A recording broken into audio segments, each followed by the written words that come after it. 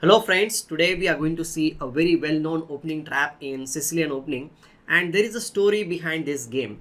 The game which we are going to see was played between Robert James Fischer, that is the Bobby Fischer, and his famous opponent Rishivsky. Just to let you know, like Rishivsky was a very famous player in America. He dominated the American chess for near until you can say till the year of 1958. Okay, because in 1958 Fischer became the national chess champion of USA, and then the Fischer's era began.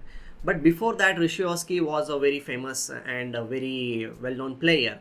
What happened is, like, in that period of time, the knowledge was not easily available, means the books were not easily available, and in order to get the books and knowledge we have to be like relying on the Russian books, because in Russia the chess was dominant, and players need to get the Russian books, and usually the Russian books were printed in English, but it takes time, right?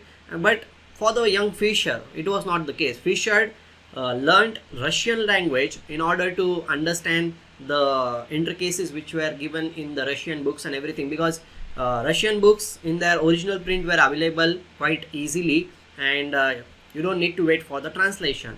And what happened is, like, Fischer always was a very curious person. He always wants to learn, and at the age of 15, when this game was played, when he was at the age of 15, he already knew one trap which was published in Russian bulletin. That bulletin's name is Shakhmatny Bulletin. Means it's like a magazine which Russia used to produce every single month. Okay, so what happened is, like, he already knew the trap and he came to the board, and this was the national chess championship match at that time, and he was paired against his formidable opponent, that is Rishivsky.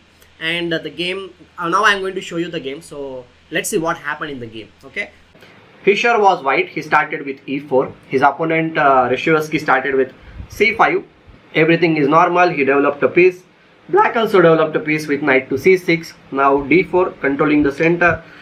He captures, then knight into d4, g6. Well, this game is going to be converted into dragon kind of opening, or you can say Sicilian accelerator dragon also it can convert.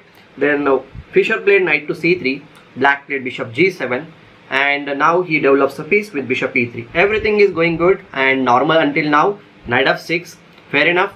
Fischer always loves to develop his kingside bishop to c4, because he played many different types of openings also in Sicilian, and he always developed the bishop to c4 square.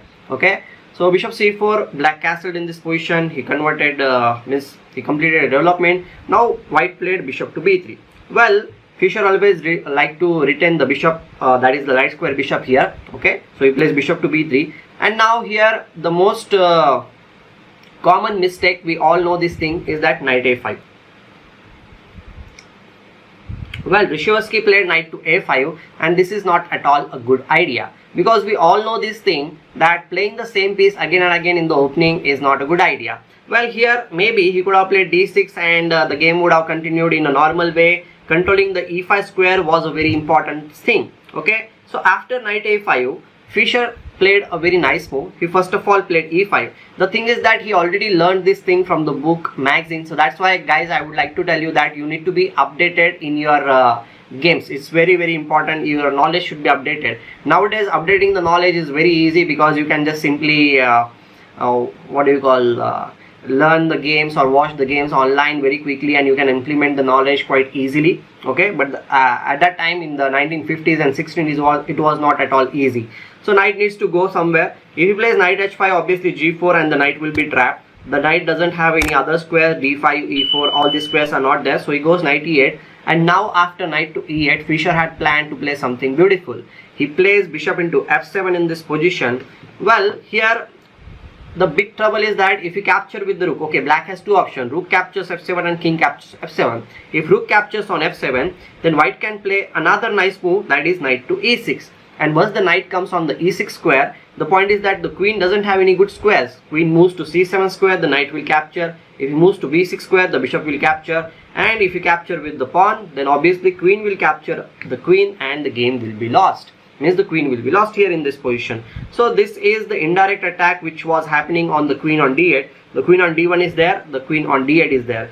Okay, here Rishievsky thought like, okay, I can capture with the king, and here the best possible way was to give up the queen. Okay, here in this position Fischer again came up with a beautiful idea, that is knight e6. After knight to e6, the king can capture here obviously, but if the king captures here, then white can play queen to d5 check, king will come to f5 square, and now the hunting down the king procedure happens. Here we need to open up, we can play g4 check, king will capture the pawn, and now rook g1 check. The king, if he goes here on f5 square, then rook g5 is a check and mate, king doesn't have any squares to move around.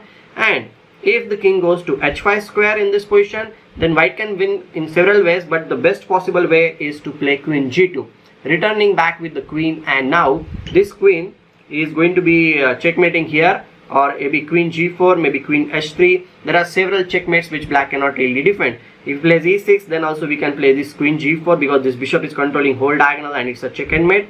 Okay, so I hope that you have understood this thing. And the another point is, after knight e6, if you capture d into e6, then queen will just capture queen and white will be queen up.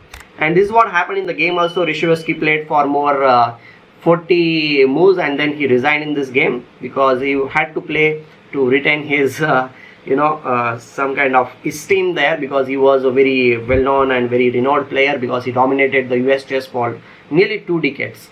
So this was a beautiful example of why you should not play the same piece again and again, and also like following the opening principles and keeping you updated all the time. So guys, I hope that you have understood the concept which I have talked about this in this game.